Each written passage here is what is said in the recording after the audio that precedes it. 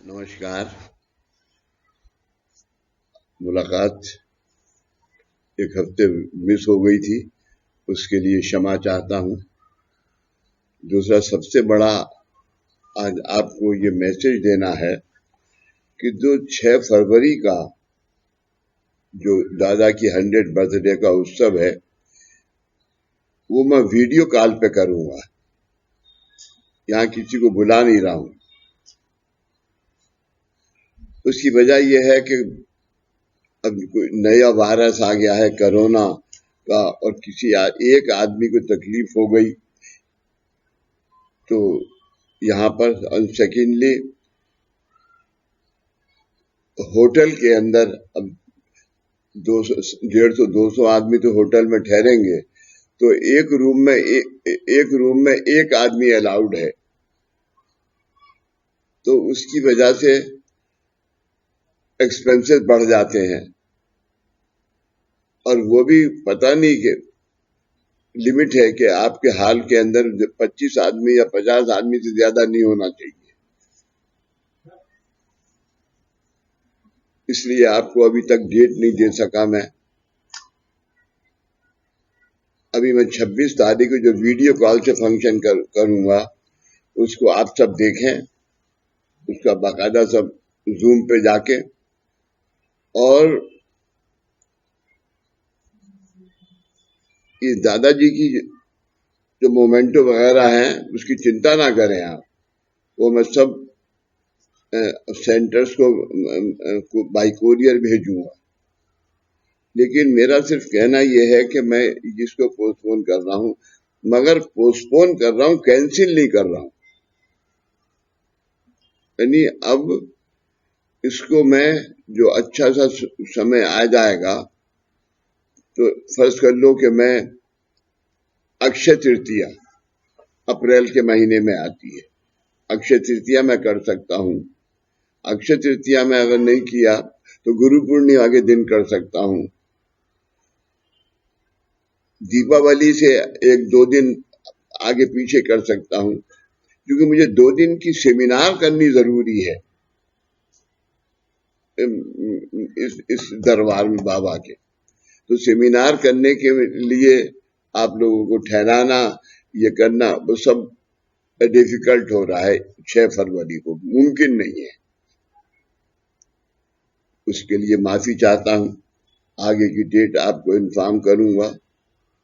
धन्यवाद।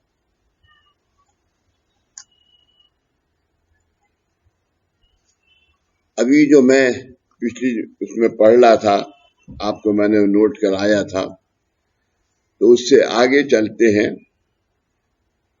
अभी वैदिक काल नहीं है। गुरु लीला जो पुराने जमाने की थी, आज उस लीला को आदमी कर नहीं सकता। तो ऐसा सोच के बाबा ने इस मार्ग को शुरू किया, मानवता युग। मानवता युग यानी दुख किसे है? भगवान को नहीं, इंसान को दुख है। तो ये परमात्मा ने इसमें सबसे बड़ा क्या चीज आपको जो इस युग में मिली बाबा से, वो क्या है? ओम। क्रिएशन, प्रिजर्वेशन एंड परफेक्शन, उत्पत्ति स्थिति लय, जो किसी युग में किसी वक्त भी नहीं हुई। आज जो ब्रह्मांड में जो तख्त है, तख्त से मतलब समझते हैं, जैसे राजे महाराजे हुआ करते थे, राम की, कृष्ण के तख्त होते थे, ऐसे तख्त। वो तख्त जो ब्रह्मांड में था, उस तख्त को परशुराम के शुद्ध भूमि पे, क्योंकि जो गोवा है वो परशुराम ने धरती से, समुद्र में जाके धरती से निकाला है। गोवा कोई सिटी नहीं था, तो गोवा में स्थापित किया है। उसका प्रतीक प्रतिभाओं के रूप में आपको दिया है। आज आपको घर बैठे जो उस तक की यानी ब्रह्मांड की यानी सातवें लोक की जो आपको शक्ति प्राप्त होती थी, वो आज आपको मेन शक्ति मेन तक गोवा में है, परशुराम की भूमि में। और वहां से आप जब साधना करते हैं, आरती ओमकार साधना, आरती साधना, मुलाकात साधना, इन साधना के माध्यम से आपको, आपके परिवार को और आपके आने वाले यहाँ के भक्तों को सबको धारण होता है। ऐसा कार्य करके एक बात आपको जरूर बता दूं कि अब ना तो अगला गुरु पैदा होगा, रामकृष्ण और बाबा।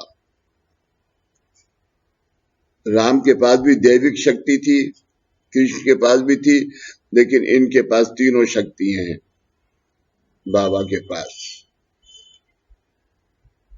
और उसका कार्य करने वाले हैं दत्तनाथ और सूफी। दत्त की शक्ति है ब्रह्मा विष्णु महेश की, नाथ उसे एक्वायर करते हैं और सूफी उसे डिस्ट्रीब्यूट करते हैं, साकार करते हैं।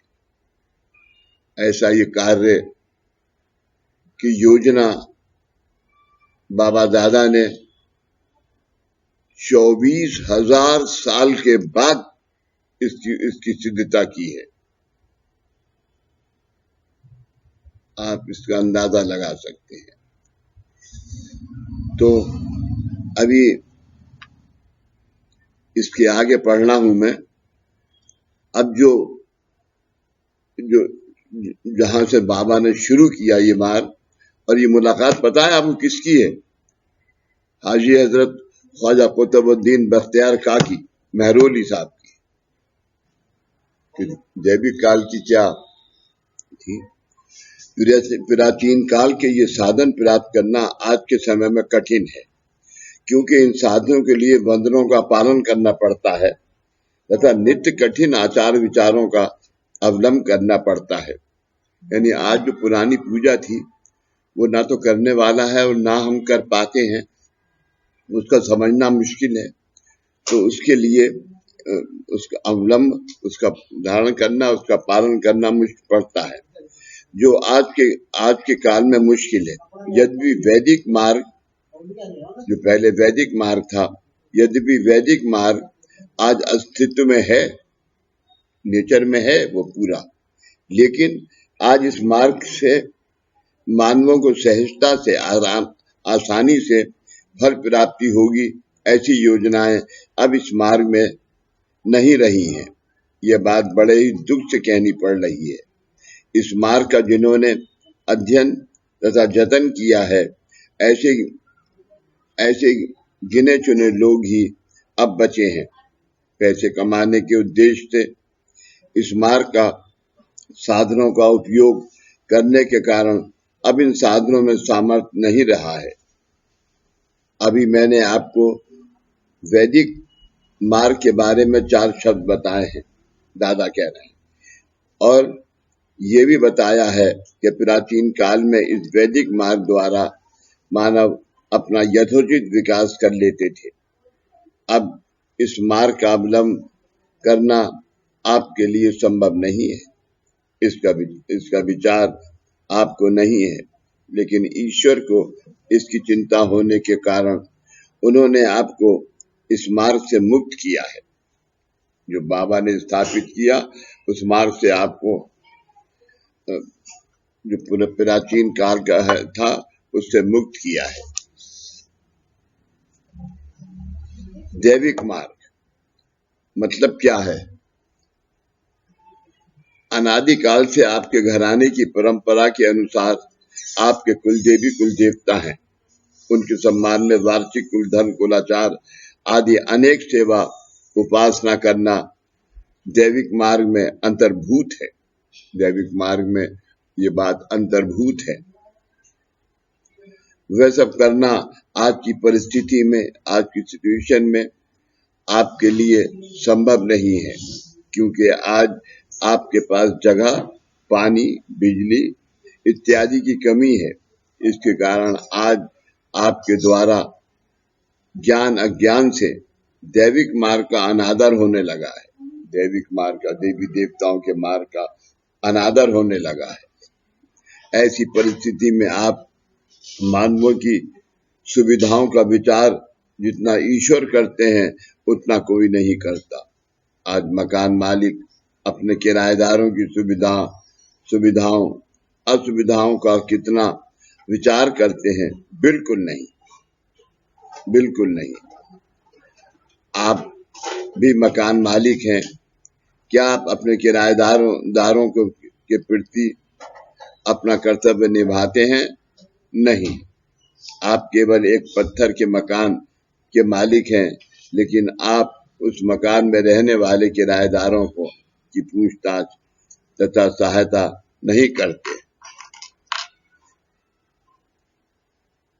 ईश्वर का कार्य ऐसा नहीं है। ईश्वर जिस मकान के मालिक हैं, वह मकान मतलब आपकी देह है।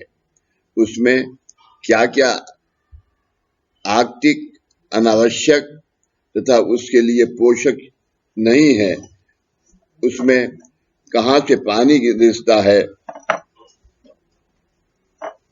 कहाँ से पानी रिश्ता है, यानी चूता है, इन सब के बारे में सोचकर ईश्वर आपके उद्धार के लिए आपकी देह की निगरानी करते रहते हैं।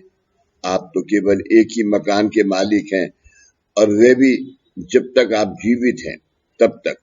लेकिन ईश्वर आप सभी के इतने सारे मकानों के मतलब देह के मालिक हैं, और कब तक मतलब कितने जन्मों तक, जब तक आपको इस जगत में जन्म लेना है तब तक वह आप सभी के देह रूप मकानों के मालिक हैं। आपके किराएदार के घर में पानी रिश्ता है तो आप उसे कहते हैं मिस्त्री मिलने पर प्लास्टर कर देंगे। अगर ऐसा ही जवाब ईश्वर आपको देंगे तो आपको कैसा लगेगा? इस विषय के बारे में आस्था पूर्वक विचार करना आपका कर्तव्य है, लेकिन आप अपने कर्तव्य की ओर ध्यान नहीं देते। आपने विचार करने से पहले ही ईश्वर आपके कल्याण का मार्ग तैयार रखते हैं। इस संबंध में ये बताइए कि क्या आप मेरे पास अपना दुख लेकर कृष्णार्थ आने से पहले मैं तीर्थ क्षेत्र औदुंबर में साधना करके आया था, या आप मेरे पास आने के बाद मैं साधना करने के लिए गया हूँ? आप अपना दुख लेकर मेरे पास कृष्णार्थ आने से पहले ही मैं तीर्थ क्षेत्र औदुंबर में साधना करके आया था, मतलब आपके कल्याण का प्रबंध परमेश्वर ने पहले ही कर दिया था।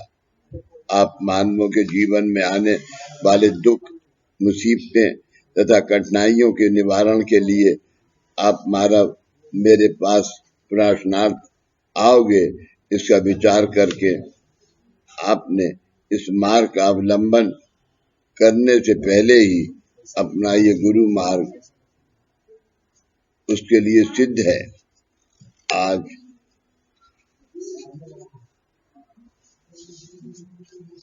सिद्ध है।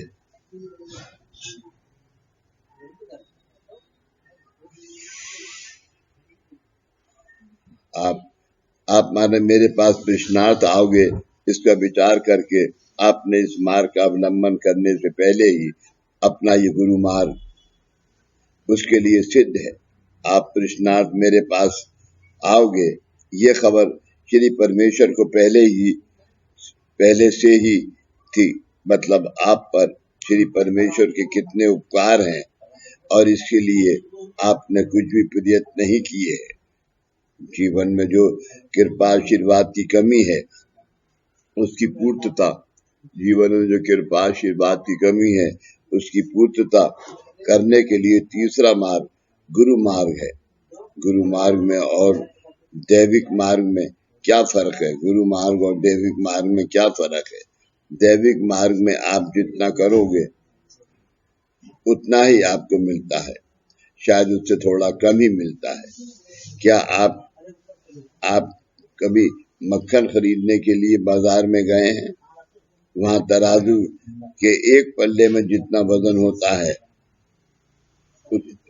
उतने ही वजन का मक्खन आपको दूसरे पल्ले में दिखता है, परंतु जिस पल्ले में मक्खन रखते हैं उस पल्ले के नीचे 10 ग्राम की लोहे की पट्टी चिपकाई होती है, जिसके कारण आपको 10 ग्राम कम मक्खन मिलता है। लेकिन गुरु मार्ग में ऐसा नहीं है। गुरु मार्ग में ऐसा नहीं है। गुरु मार्ग में 10% करोगे तो 15 मिल जाएगा, आगे का रास्ता मिल जाएगा। दैविक मार्ग में आप जितना करते हैं उतना ही आपको प्राप्त होता है, और ये प्राप्त करने के लिए भी अलग अलग उपासना, व्रत, जाप इत्यादि करना पड़ता है। इसके बारे में घर की बड़ी बुजुर्ग महिलाओं को आप पूछ सकते हैं। वे गुरु मार्गी होने से पहले उनके जीवन में कितना पुराना बाजार था। सावन, भाद्रपद, अश्विनी, कार्तिक यानी एक भी मास ऐसा नहीं है जिसमें उपवास, व्रत या पूजा आदि नहीं है। आखिरी फाल्गुन महीने में क्या है? होली। होली के दिन ईश्वर के नाम से चीखते हैं कि आपने हमें कुछ भी नहीं दिया। होली 11 महीने के बाद है, ताकि 11 महीने व्रत करने के बाद कुछ नहीं मिला, इसलिए चिल्लाना है। पड़ोसियों को पता चलना चाहिए कि सोवल इतने व्रत किए और आखिर चिल्लाते हुए बाहर आया है। मतलब ऐसी कठिन परिस्थिति में ईश्वर को प्रसन्न करना, प्राप्त करना आज के समय में संभव नहीं है। इस परिस्थिति में आपको केवल सुख प्राप्त हुआ तो भी आप भाग्यवान हैं। अब भाग्य किसका होता है या नसीब किसे होता है? किसी को भी नहीं, क्योंकि ऐसी परिस्थिति में अहिक प्राप्त करना भी असंभव है। ऐसी परिस्थिति में अहिक प्राप्त करना भी असंभव है। इसका कारण यह है कि वैदिक और दैविक इन मार्गों के लिए तथा इन मार्गों की साधना के लिए पोषक आचार विचार और आहार, इनके जो बंधन होते हैं उनका आज की परिस्थिति में पालन करना कि किसी भी व्यक्ति के लिए मुमकिन नहीं है। इसलिए आखिर में कौन सा मार्ग बाकी रहता है? गुरु मार्ग। कौन सा मार्ग बाकी रहता है? तो गुरु मार्ग। गुरु मार्ग मतलब क्या है? गुरु मार्ग, इसमें दो शब्द हैं, गुरु और मार्ग। गुरु मार्ग मतलब क्या है? गुरु मार्ग, इसमें दो शब्द हैं, गुरु और मार्ग। जिस व्यक्ति द्वारा आप कृपा आशीर्वाद की प्राप्ति करते हैं, जिस व्यक्ति द्वारा मार्गदर्शन लेते हैं, या जिस व्यक्ति के कारण आपको सुख समाधान की प्राप्ति होती है, क्या वह व्यक्ति मतलब गुरु मार्ग है? क्या वह व्यक्ति गुरु मार्ग है? नहीं। फिर गुरु मार्ग का मतलब क्या है? एक भक्त ने कहा, गुरु और मार्ग ये दोनों जिस व्यक्ति का माध्यम मिल रहा है, ये ऐसा गुरु मार्ग है। माध्यम को मान्यता देना, गुरु और मार्ग ये दोनों जिस व्यक्ति माध्यम द्वारा साधन होते हैं, ऐसे व्यक्ति माध्यम को मान्यता देना, ये गुरु मार्ग है। बंदरी दादा ने कहा, आपके कहने के अनुसार इन दोनों व्यक्तियों में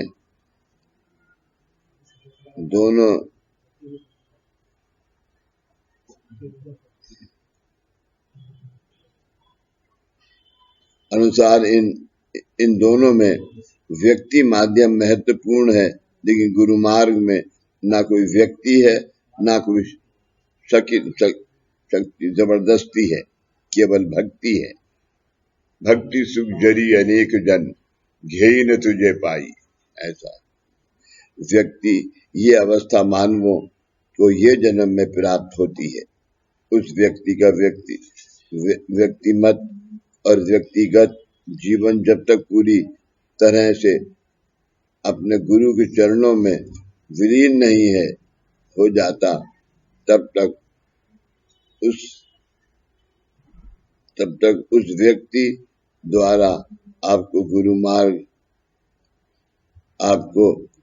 मार्ग की प्राप्ति नहीं हो सकती। आप कहते हैं बंदनी दादाजी मेरे गुरु हैं।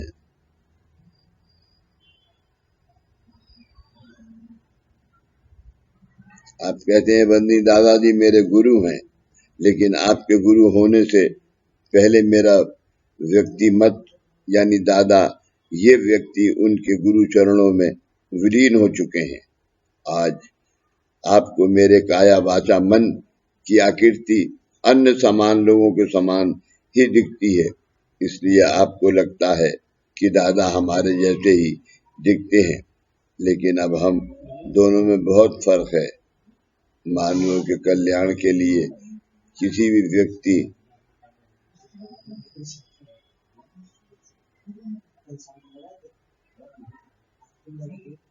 जैसे दिखते हैं, लेकिन अब हम दोनों में बहुत फर्क है।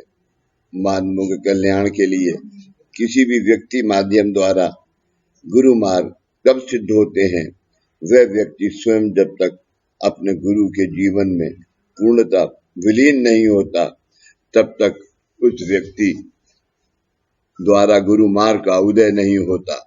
मतलब आप गुरु मार्ग की जो परिभाषा बताते हैं, उतना सीमित गुरु मार्ग नहीं है। गुरु मार्ग अत्यंत व्यापक है।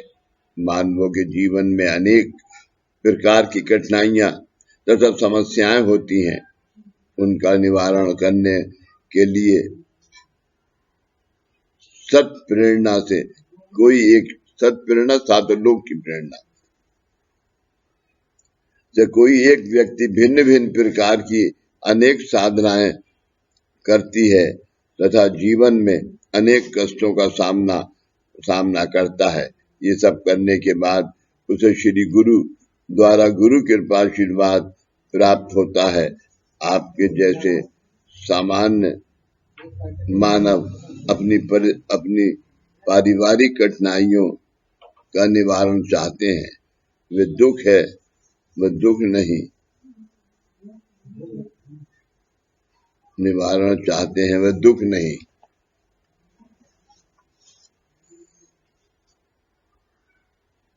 कठिनाइयों का निवारण चाहते हैं, वे दुख नहीं चाहते। सुख प्राप्ति की अभिलाषा और आसक्ति वह उस व्यक्ति के पास आते हैं।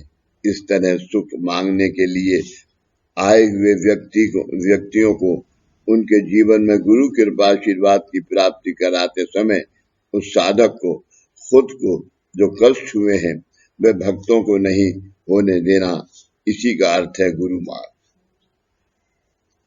ये बहुत ध्यान से सुने, इसको अपने गले लगाए।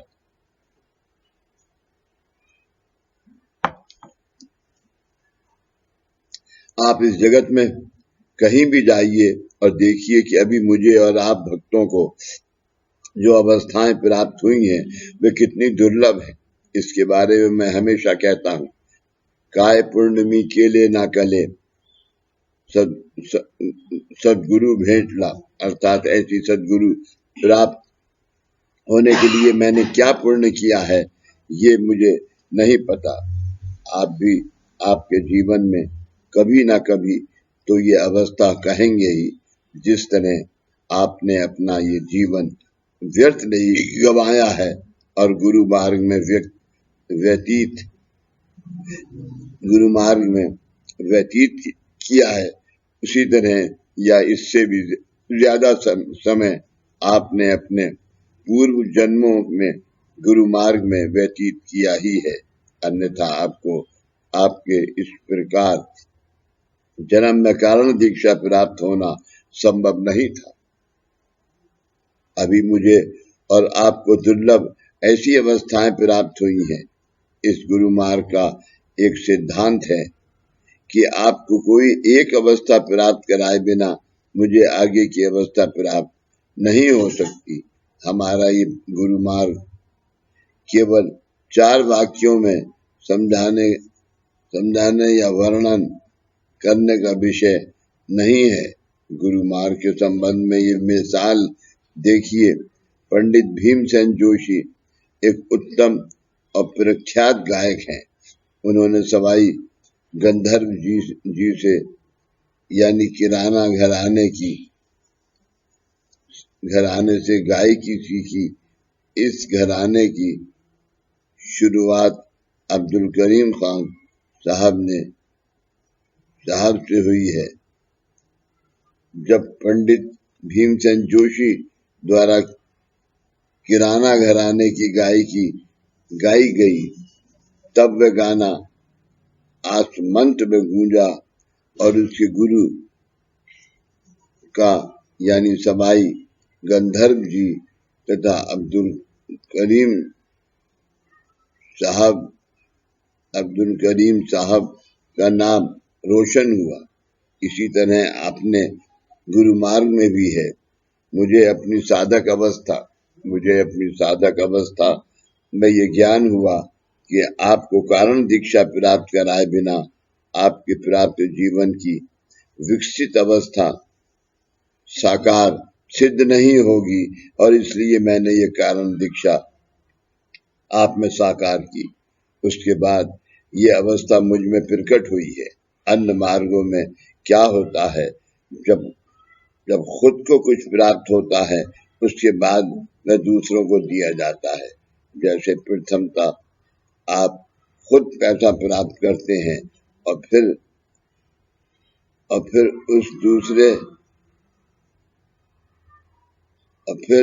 दूसरों को देते हैं। हमारे गुरु मार्ग का क्या कार्य से विरुद्ध है। आप भक्तों को कारण दीक्षा देकर आज 1.25 साल हो गया है। आपके कारण दीक्षा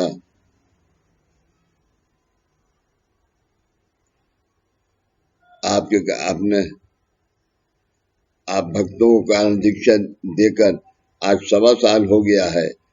आपने कारण दीक्षा ली है, कारण दीक्षा के अनुसार ही साधना की है, और ऐसी आपकी नित्य साधना से एक शक्ति निर्माण हुई है।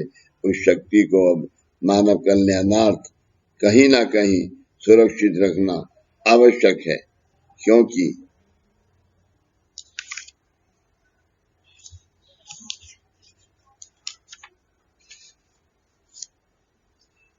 ज्ञान अज्ञान से उस शक्ति का गलत इस्तेमाल नहीं होना चाहिए। आपने स्वीकार की हुई कारण दीक्षा की फलश्रुति के रूप में इस जगत में एक शक्ति निर्माण की है। उस शक्ति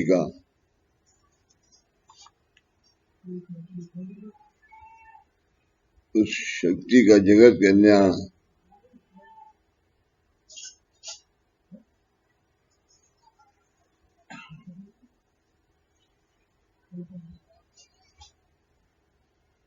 एक शक्ति निर्माण की है। उस शक्ति को जगत कल्याणार्थ सुरक्षित रखने के लिए एक पोषक व्यक्ति के रूप में गुरु माध्यम की आवश्यकता है, और वह मेरे पास है। मतलब प्रथमता आप दीक्षा का स्वीकार करके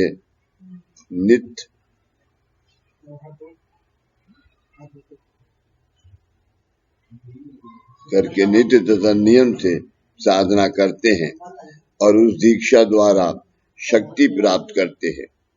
आपको शक्ति प्राप्त होने के बाद मैं वह शक्ति अमानत के रूप में मेरे पास जतन करता हूँ, और फिर उसी शक्ति रूप दीक्षा माध्यम द्वारा आपको आगे की दीक्षा तक लेकर जाता हूँ, ऊपर तक लेके जाता हूँ।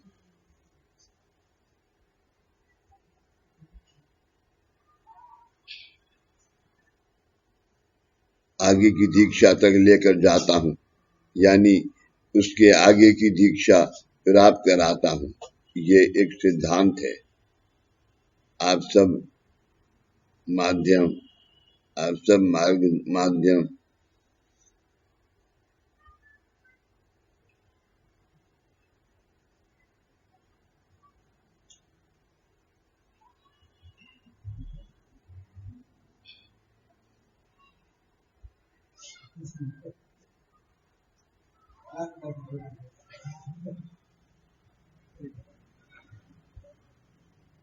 आप सब ध्यान से इसे समझ लीजिए।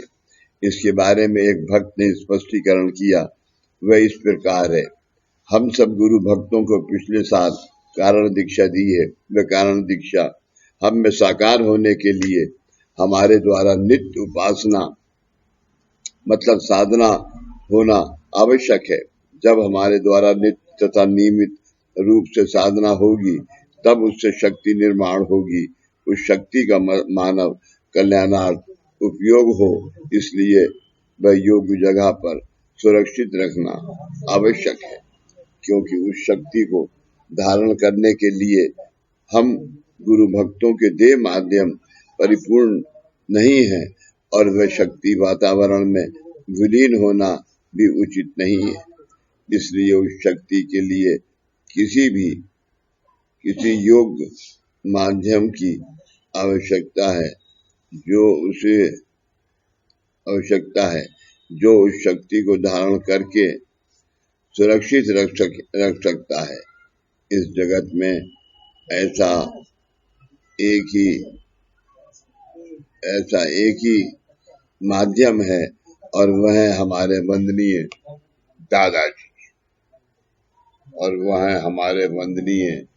दादाजी।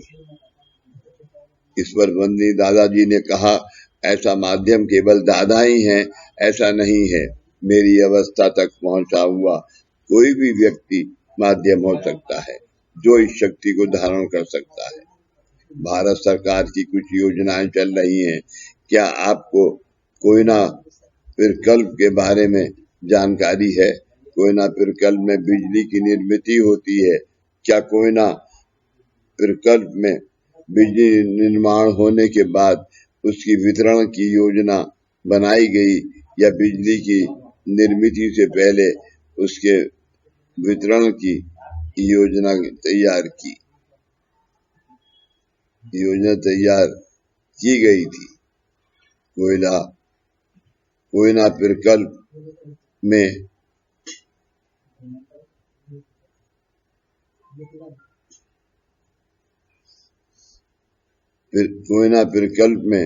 बिजली की निर्मित करने से पहले ही बिजली के वितरण की योजना बनाकर उसके अनुसार जनरेटर्स लगाए गए। मतलब कोई भी शक्ति निर्माण करने से पहले उस शक्ति को प्रवाहित करने के लिए माध्यम के रूप में प्रथमता आप भक्तों को तैयार किया गया। इसलिए आप सब गुरु भक्तों को पिछले साल कारण दीक्षा दी गई। आपको कारण दीक्षा दी मतलब क्या किया? आधी बीज एक ले, बीज अंकुर ले, रोप बाढ़ ले। अर्थात पहले केवल एक अकेला बीज था, उस बीज में से अंकुर निर्माण हुआ और फिर पौधा वृत्तिगत हुआ। इस जगत में त्रिभुवन में गुरु तत्व कार्यान्वित है। इस शक्ति की त्रिगुणात्मक तत्वों पर हुकूमत है। ऐसा ये गुरु शक्ति का बीज मतलब विश्व शक्ति की उत्पत्ति का कारण यानी ओंकार है। ये ओंकार कारण दीक्षा इन शब्द से संबंधित करके प्रथमता आप में धारण कराना होता है। ये ओंकार आप में धारण होने तक आपके माध्यम में धारण होने तक जिस कारण के लिए उसे निर्माण करना है वह कारण गुरु ने अपने खुद के पास रखा है। उसका भी उसके बाद कारण दीक्षा के रूप में वह कारण आपको देकर उस अवस्था का बीज यानी ओंकार द्वारा गुरु तत्व की शक्ति को आवाहनित करना होता है। वास्तव में गुरु तत्व की शक्ति ओंकार में ही अंतर्भूत होती है। इस संबंध में ये मिसाल देखिए, एक एटम बम है, उसमें शक्ति, लेकिन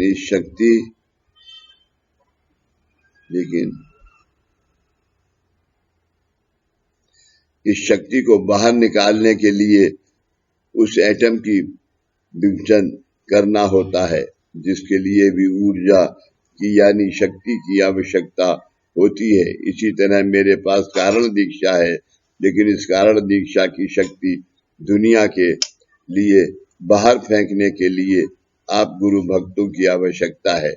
मतलब कारण दीक्षा की शक्ति का उपयोग दुनिया के लिए हो, इसलिए ऐसे गुड कंडक्टर यानी योग माध्यम चाहिए जो इस कारण दीक्षा की शक्ति को धारण करके प्रवाहित कर सकते हैं। अब आपकी महाकारण अवस्था है। हमारे गुरु मार्ग में मतलब नाथपंथ, दत्तपंथ और सूफी पंथ में सर्व सामान्य दीक्षाओं में लेकर असामान्य दीक्षाओं तक अनेक दीक्षाएं हैं।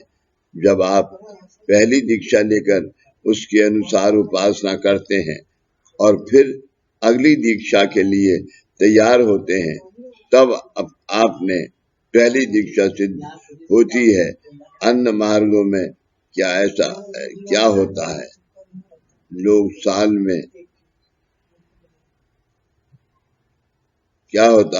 साल में एक बार अपने गुरु को वंदन करते हैं और उनका दीक्षांत विधि संपूर्ण हो जाता है। वास्तव में दीक्षांत विधि ऐसे नहीं होता। इसे इस तरह समझिए, अपने नौकर को चावल साफ करने के लिए दिए, लेकिन उसने वैसे ही आपको वापस देकर कहा, मैंने चावल साफ किए हैं। इसके बाद जब आप चावल पकाकर खाते हैं तब उसमें कंकड़ आते हैं। इसका मतलब क्या है? आपके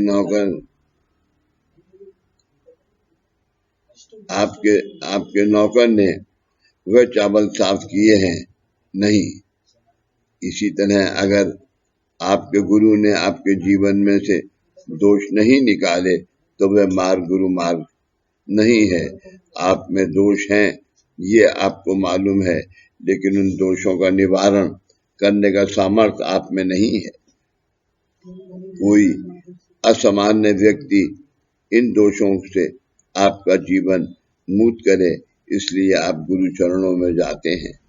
लेकिन आप मानवों को ये दोष मुक्तता सहजता से, सुलभता से प्राप्त नहीं हुई, तो गुरु ने आपको दीक्षा देने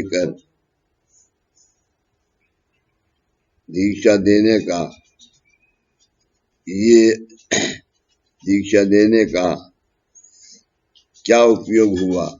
अगर गुरु ने किसी व्यक्ति को कहा, तुम ये फलाना जाप इतने साल करो, उससे पहले खाना नहीं खाना है, इसका मतलब नहीं खाना है।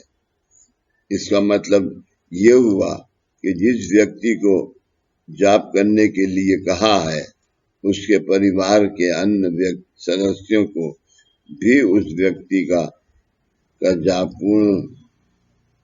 पूर्ण होने तक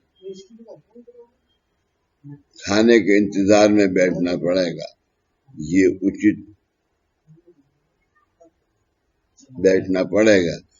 उचित नहीं है, और ऐसे ही परिस्थिति आज सर्वत्र है।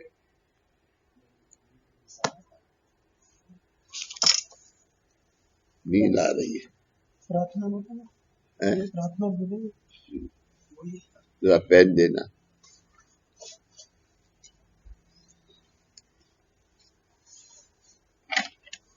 आज क्या तारीख? 11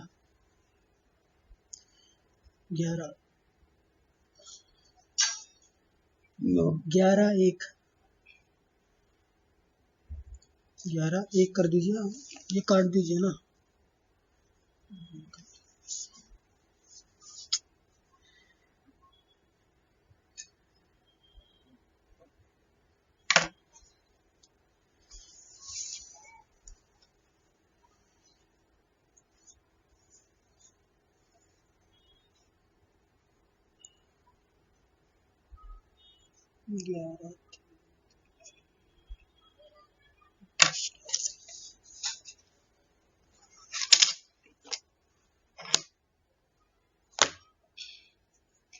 सदा सर्वदा योग तुझा गळावा, तुझे कारणी देव माझा पळावा।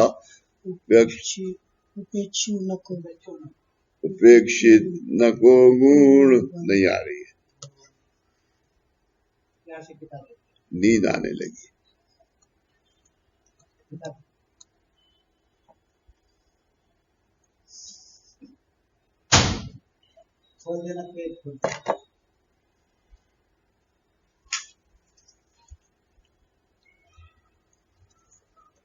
सदा सर्वदा योग तुझा गळावा, तुझे कारणी दे माझा पळावा। उपेक्षु नको गुणवंता अनंता, रघुनायका मागणे हेची आता। उपासनेला दृढ चाल भावे, भूदेव संतासी सदा नवावे। सत्कर्म योगे वैवाल भावे, सर्वामुखी मंगल बोल भावे।